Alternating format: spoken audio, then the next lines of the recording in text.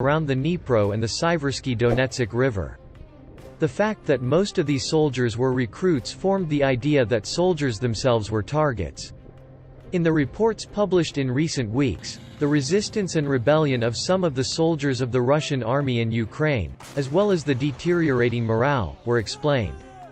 These problems and Russia's loss of occupied areas in some parts of Ukraine also increase the unrest in the Russian army.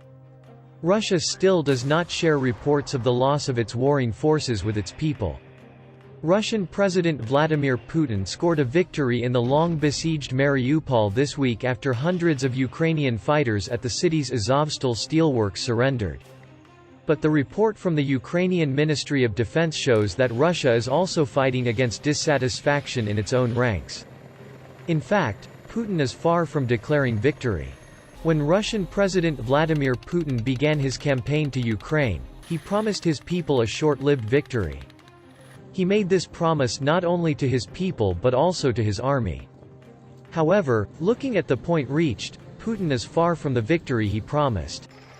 In fact, the main reason why the Russian army diverted its advance from Kiev to Donbass was that Russian President Putin wanted to present a victory to his people. However, it is obvious that Putin is impatient and it is